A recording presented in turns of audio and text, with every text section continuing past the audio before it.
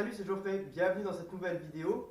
Aujourd'hui, on va parler de ce qu'on peut manger pendant une diète cétogène. Alors je rappelle juste, une diète cétogène, c'est une diète qui est très élevée en graisse et très basse en glucides. Donc du coup, il va falloir faire attention de manger des aliments vraiment qui contiennent à peu près entre 2, 3, 4, allez, 5% de glucides, maximum, vraiment dans les maximums 20% si vous mangez un peu de ce produit. Vous pouvez aussi, alors oui, tout ce qui est, je l'avais déjà dit, tout ce qui est féculent, légumineuse, tout ça, c'est à bannir. Et on va voir aujourd'hui précisément quel aliment on peut manger sans problème, et aussi quel aliment on peut manger de temps en temps sans trop en abuser, quel aliment on ne peut pas du tout manger. Alors je vais peut-être commencer par ceux qu'on peut manger sans problème. Alors je pense que c'est clair. De l'huile, alors l'huile d'olive, l'huile de colza, l'huile de sésame, l'huile de noix de coco bien sûr, toutes les huiles qui contiennent beaucoup de monoinsaturés, d'oméga 3, toutes ces merveilleuses huiles végétales. On va éviter l'huile de tournesol, l'huile de maïs, l'huile de soja, toutes ces petites huiles un peu douteuses. On va surtout manger de l'huile d'olive et de l'huile d'avocat ou de l'avocat, puisque l'avocat est pratiquement le ratio en graisse de l'avocat, comme il n'y a pas beaucoup de protéines et pas beaucoup de glucides, c'est pratiquement que de la graisse d'avocat. Alors on va manger des avocats, de l'huile d'olive, de l'huile de coco bien sûr, alors ça on peut en manger autant qu'on veut en cétose. Alors en ce qui concerne après, ça c'est pour les graisses végétales, en ce qui concerne les graisses animales, les graisses d'origine animale, on va pouvoir manger tout ce qui est, alors normalement on peut manger du beurre.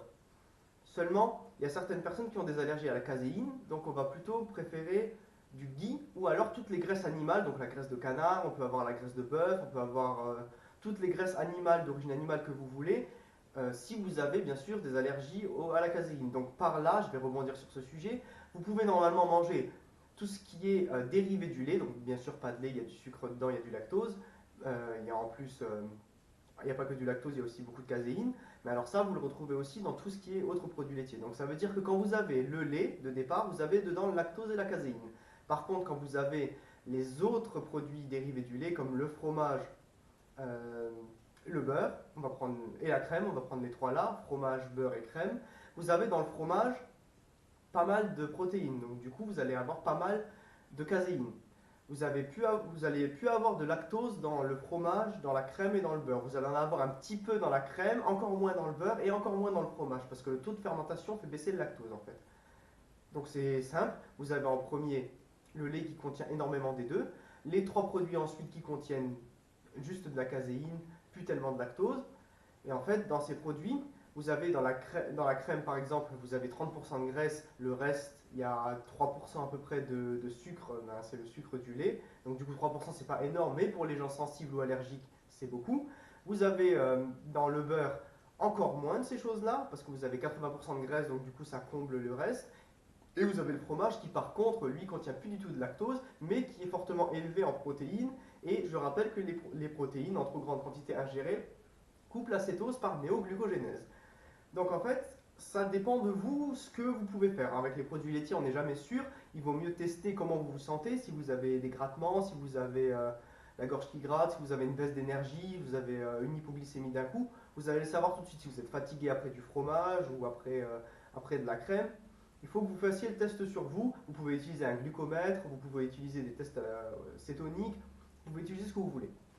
Alors, petite précision, en ce qui concerne euh, le, euh, le fromage, le fromage à la base, même si on tolère bien la caséine, il faut faire attention parce que c'est quand même énormément en protéines. Comme je viens de le dire, la protéine de base, elle va casser un peu la cétose si elle est prise en trop grande quantité. Le fromage, il contient beaucoup de graisse, mais il contient aussi énormément de protéines. Donc du coup, il va falloir faire attention. Et pour les gens que ça intéresse, qui sont sensibles du coup euh, à la caséine et au lactose et à tous les produits laitiers, vous pouvez essayer quelque chose d'encore plus, plus bas en lactose et en caséine. Donc le ghee, pour ceux qui ne connaissent pas, le ghee, c'est du beurre clarifié. Donc c'est tout simplement la graisse du beurre. On a pris du beurre, on l'a laissé, alors dans certains pays, en Inde, parce que le ghee c'est quand même dans la médecine ayurvédique, donc c'est quand même indien à la base. Le ghee c'est fait avec du beurre ou du lait, Ça peut être fait au soleil, ça peut être fait dans votre cuisine avec votre casserole. Ce qu'il faut que vous fassiez, si vous voulez le faire à la maison, vous prenez du beurre, vous le fondez, vous enlevez l'écume qui reste, il va vous rester un liquide jaune, une huile jaune, ça ressemble vraiment à une huile, qui va pas totalement durcir comme le beurre, mais qui va rester semi-solide, semi-liquide à température ambiante. Ça, c'est le ghee, vous pouvez essayer de le consommer, il est beaucoup moins élevé en lactose et en caséine que les deux autres. Normalement, c'est que de la graisse pure parce qu'on a enlevé du coup, avec la cuisson et avec l'écume, tout ce qui était matière nocive. Et en plus, vous allez pouvoir l'utiliser pour cuire vos aliments avec même des hautes températures. Bon, je ne conseille pas trop de cuire à haute température, mais si vous voulez faire par exemple des légumes au wok, vous pouvez très bien utiliser de l'huile de coco et du ghee, ou même du beurre, mais le ghee a la propriété justement d'être une graisse saturée, très saturée, la graisse du lait, donc du coup, et qui est vraiment très stable à la chaleur et à la cuisson. Voilà. Donc ça c'est pour les choses qui sont euh, validées en cétose. Donc pour les produits laitiers, je vous ai fait le topo. Ensuite, vous avez tout ce qui est viande. Alors, pareil, en ce qui concerne protéines en haute quantité, faites attention à tout ce qui est blanc de poulet et thon. Je prends toujours les deux exemples là parce que le thon ne contient pratiquement pas de graisse. Le blanc de poulet non plus. Donc si vous mangez ça, vous avez faim, vous êtes en cétose, vous mangez ça, vous mangez que ça, vous allez que avoir un apport de protéines sans graisse, sans rien, sans rien du tout. Et vous allez probablement sortir de votre cétose à moins que vous soyez céto-adapté depuis un certain moment, et j'en doute, parce qu'un très fort taux de protéines, chimiquement, le corps il va le décomposer en glucose et il va s'en servir et ça va faire descendre votre taux de corps cétonique et ça va vous faire sortir de la cétose. Voilà. Donc si vous mangez des viandes, vous pouvez manger de la charcuterie de bonne qualité, vous pouvez manger toutes les viandes rouges ou les parties grasses de la viande blanche. Vous pouvez manger voilà, toutes les viandes à condition soit qu'elles soient grasses, soit de les accompagner de gras. Soit vous pouvez découper un avocat à côté, soit vous pouvez les accompagner de légumes que vous avez au préalable frits dans de l'huile de coco, dans du ghee, ou alors que vous avez aspergé, votre salade que vous avez aspergée d'huile d'olive ou vous avez coupé un avocat dedans, ça c'est à vous de voir. Donc ce que je vous dis juste, c'est que les viandes sont ok à partir du moment où elles sont assez grasses. Si ce n'est pas le cas, il faudra rajouter de la graisse. En ce qui concerne ensuite tout ce qui est graines, donc amandes, noix, noisettes, vous avez dedans de l'acide phytique. Donc ça coupe aussi la cétose. Tout ce qui est caféine, donc tout ce qui est cacao normalement, tout ce qui est amandes, noix, noisettes comme je viens de le dire, ça contient tout ce qui est graines, donc même le café, ça contient toujours des petites particules irritantes parce que la graine se défend. Donc du coup, vous allez avoir, si vous en consommez trop, vous allez avoir aussi une sortie de la cétose. Vous allez avoir la glycémie qui va monter et vous allez avoir une sortie de cétose.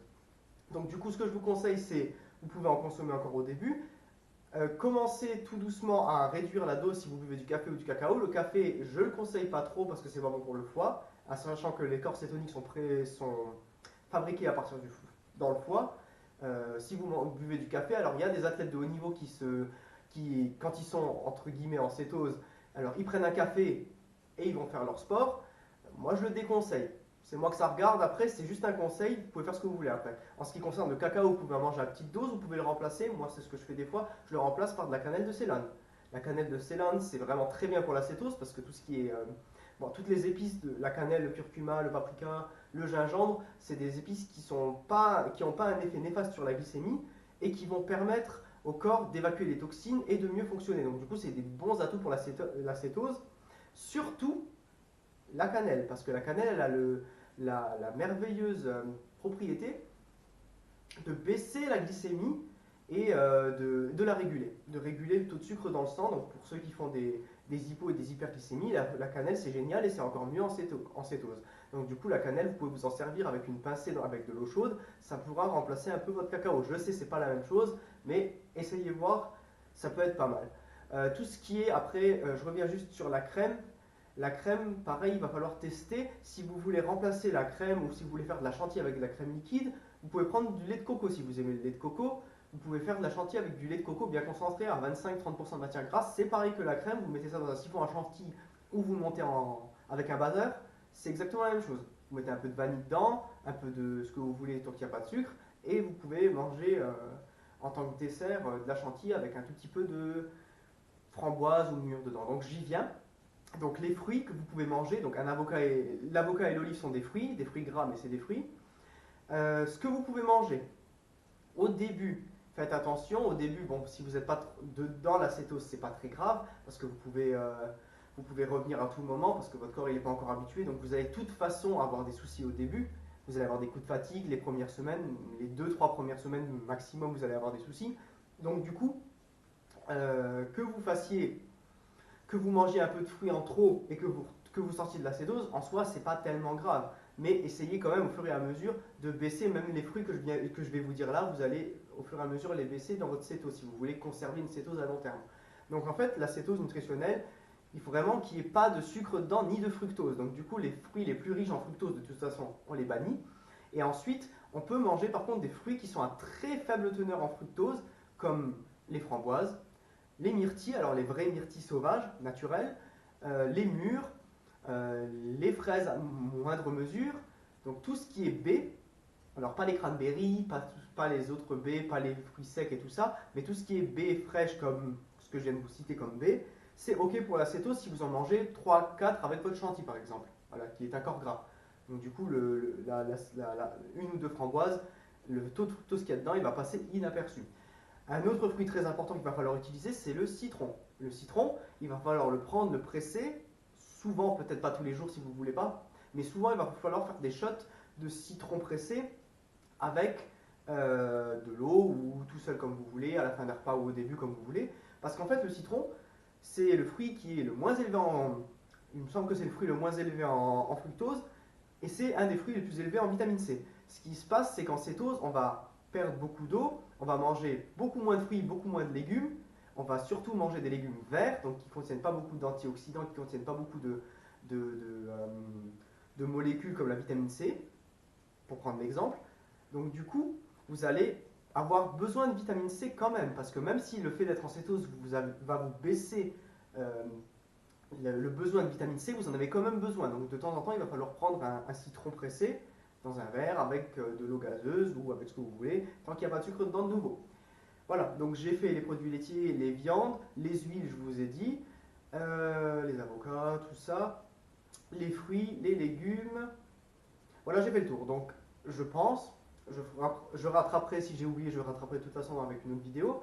Donc voilà, vous savez maintenant quels aliments on peut manger en cétose. Alors les aliments qu'on ne peut pas beaucoup manger en cétose, comme je vous ai dit, c'était les graines parce qu'il y avait l'acide phytique dedans. Alors les graines, quand on prend les noix de cajou, les amandes, tout ça, il y a un peu trop de toxines dedans, donc normalement c'est non. Tout ce qui est graines comme la noix de macadamia, la noix de pécan et encore la noix du Brésil, même encore la noix, les cerneaux de noix, ça peut passer à condition d'en mettre vraiment quelques grammes dans une salade ou d'en manger à la fin du repas, une ou deux, c'est pas dramatique, mais de pas, quand on a faim, se vider le sachet de noix. Non, ça ne marche pas. Parce que vous allez avoir, à coup sûr, vous allez quitter votre cétose de nouveau parce que la cétose à la base, c'est pas fait pour s'avaler des quantités incroyables de noix qui contiennent des toxines. Parce qu'à la base, une cétose, c'est fait aussi pour se détoxifier. Si vous intoxiquez votre foie avec des graines, ça ne va pas le faire. Donc voilà. Et les aliments, bien sûr, à bannir complètement, c'est tout ce qui est, bien sûr, on a du mal à l'entendre, chocolat, bonbons, caramel, glace, beignets, cookies, toutes les choses qu'on adore manger le vendredi soir devant la télé, toutes ces choses-là, c'est à bannir complètement. Quand on est en cétose, quand on fait en tout cas une cétose sur un long terme, quand on veut tenir cette cétose longtemps. Donc il y a ça et tout ce qui est bien sûr sucre lent, donc pain, pâtes, riz pour reciter, donc même la pizza, même tout ça, il va falloir voilà, les bannir. Voilà, donc maintenant vous savez à peu près tout sur les aliments, sur toute la panel d'aliments qui existe, vous savez à peu près tout sur ce qu'il faut faire, pas faire, ce qu'il faut manger, pas manger pour être en cétose. Et voilà.